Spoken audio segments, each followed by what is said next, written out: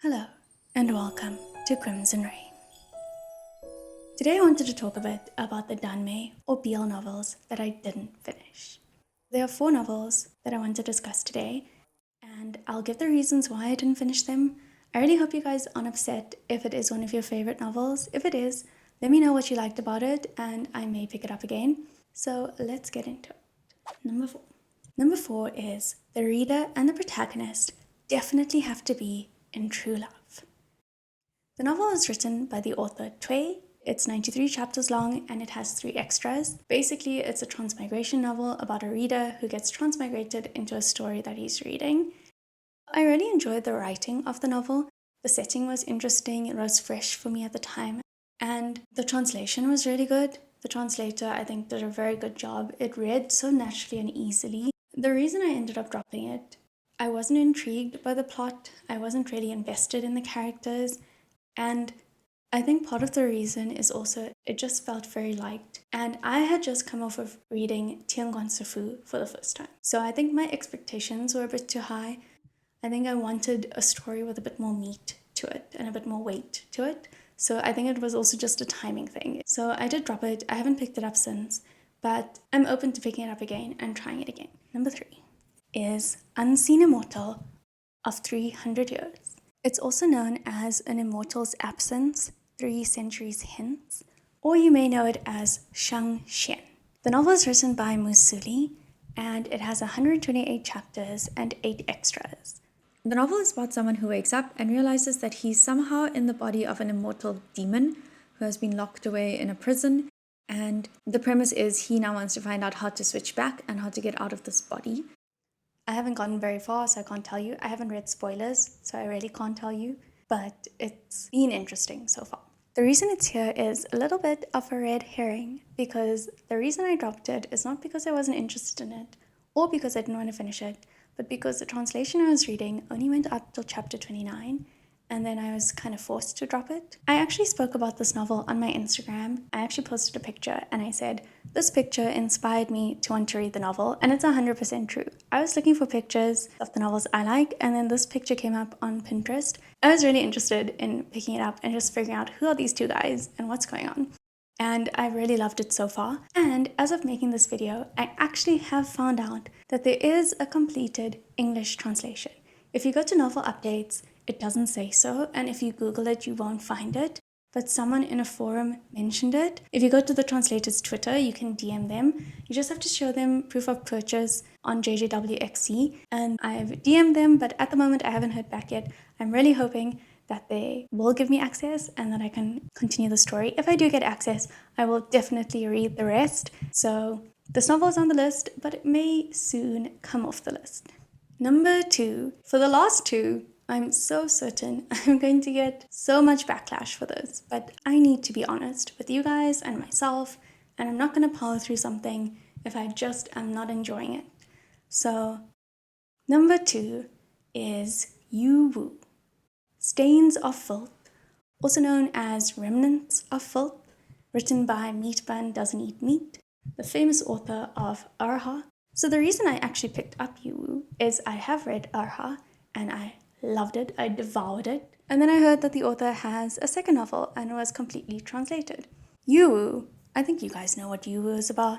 I'm just going to read what it says on novel updates. The traitorous General Gumang was returning to his homeland. Everyone wanted to see him dead, and it was said that the one who hated him most was his former best friend, the cold and ascetic young Master Mo.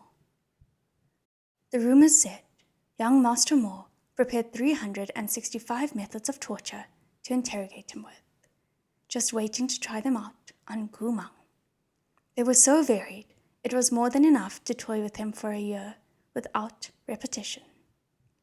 Except these rumors were very quickly forbidden by young Master Mo. The reason given was that they described him as a lunatic and were severely inconsistent with reality. So what was the truth? The truth was even more unspeakable. Mo Shi's identity, the most abstinent commander of the empire. His relationship with the traitor Gumang, they'd slept together before. So Yuwu didn't draw me in as much as Erha in the beginning, but I liked it enough to continue.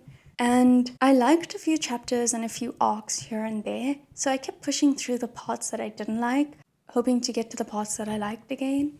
And with this author, you kind of expect there to be twists and turns, and also a lot of character backstory. There was a lot of that element in Yuwu, but I felt that some of the twists were not earned. They weren't foreshadowed, and sometimes they just kind of felt like twists for the sake of it being a twist. I also felt that the novel dragged in places. There was a lot of angst and a lot of sadness, and I didn't feel that there were enough romantic moments or humorous moments to really balance out the sadness and the angst. At some portions of the novel, it just kept getting worse and worse for the main characters, with no end in sight. The other thing for me with Yuwu is I really just didn't gel with more Shi. Sometimes he did things that were very out of character, and some of his actions didn't really make sense to me. Sometimes he would oppose himself. Maybe he was designed like that, but it made it hard for me to really understand him. I didn't feel that Mo Shi really loved Gumang. There was definitely passion there, and he was definitely attracted to him, but I feel like he felt some sort of sense of ownership over Gumang. And I didn't enjoy that aspect of their relationship. So I just couldn't make it to the end. And I gave it a valiant effort. The novel itself has 196 chapters with 18 extra chapters, and I made it to chapter 188. Something in my brain just said no. We'll get this far and no further. So after I didn't finish it, I went to read spoilers to see did it get good, and I just missed it. And someone said that there was a plot twist on the last chapter. But even that was not enough to get me to pick it up again. I'm done with it. We've parted ways. And if you love it, I understand. There are parts of the novel I really liked, but it just wasn't for me. Okay, this one. Number 1.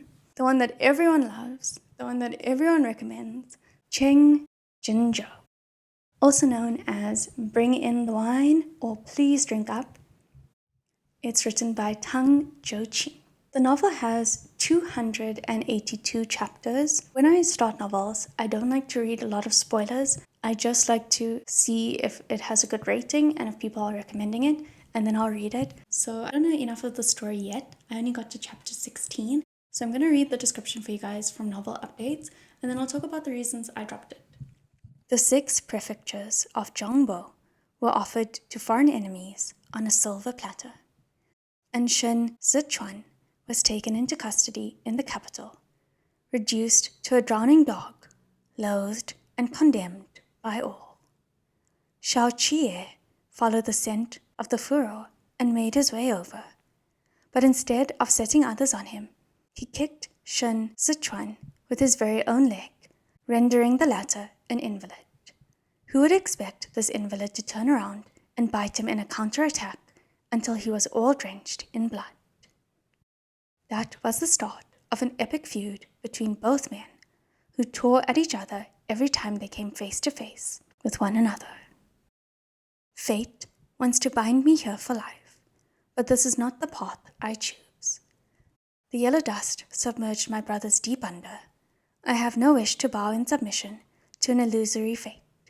The imperial edict can't save my troops, and the imperial court can't fill the stomachs of my mounts. I'm no longer willing to lay down my life for this purpose. I want to surmount that mountain. I'm going to fight for myself.